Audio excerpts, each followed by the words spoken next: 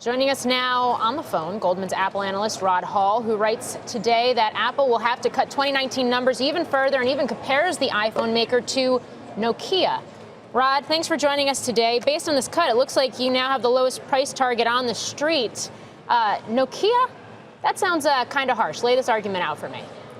Yeah, let me just clarify that we're not comparing it to Nokia at all, actually, in terms of trying to say that Apple like Nokia. So I want to be clear on that. What we said in our report is that what we observed with Nokia in late 2007, as that downturn got underway, was very rapid reduction in replacement activity by consumers.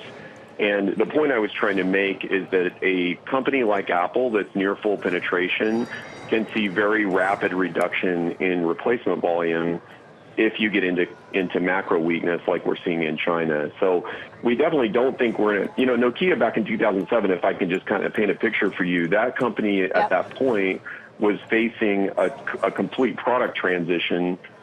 So when we get to 2009, 2010, the smartphone's taking over. Nokia, as we all know, was losing share there to Apple.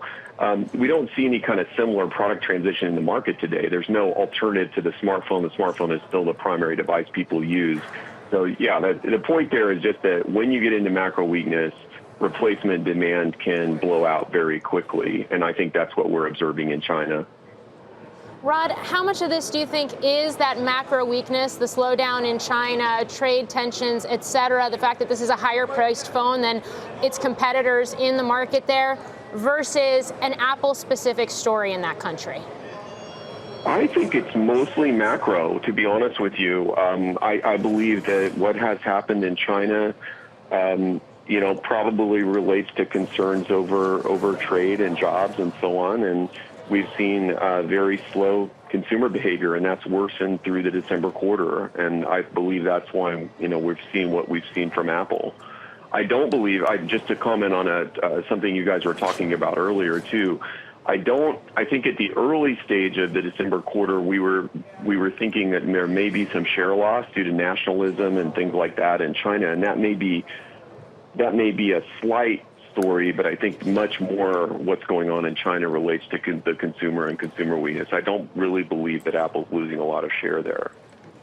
Rod, how are you modeling services business revenue growth over time as it relates to both the iPhone and then general devices? Apple put out this number yesterday, I believe, on 100 million active devices added to the ecosystem.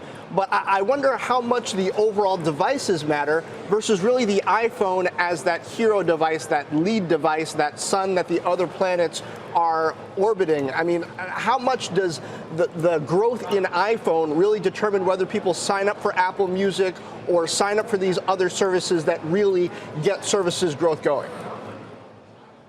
Yeah, just to answer that question, we are modeling just under 22% services revenue growth in calendar 19. That's not Apple's, the Apple's fiscal year ends in September, but just to put it in calendar year terms. And we have that slowing from 26.5% in calendar 18. In terms of how important, the current trajectory of the iPhone is to that number, not incredibly important, because that number relates to the installed base of iPhones as opposed to the rate of replacement of iPhones. You know that installed base is growing more slowly than the iPhone unit growth number is growing. Because people, if you have an old iPhone and you don't replace it, you're still using whatever services you were using, mostly App Store downloads.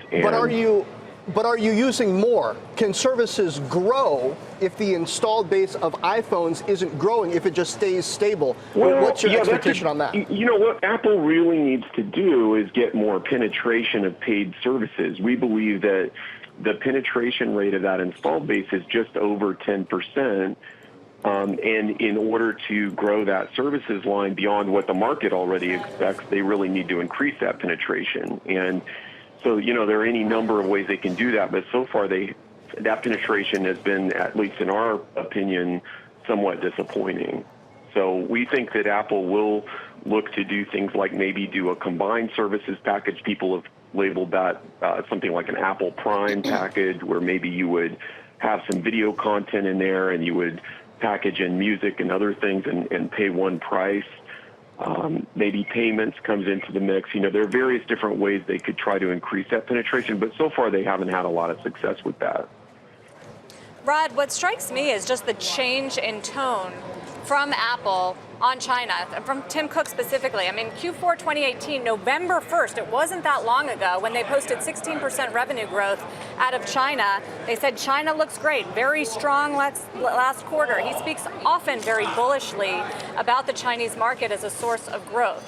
So does the fact that they've changed the outlook so much say more about visibility of corporate America right now into that key market, or something specifically concerning with regard to Apple's own ability to forecast and communicate?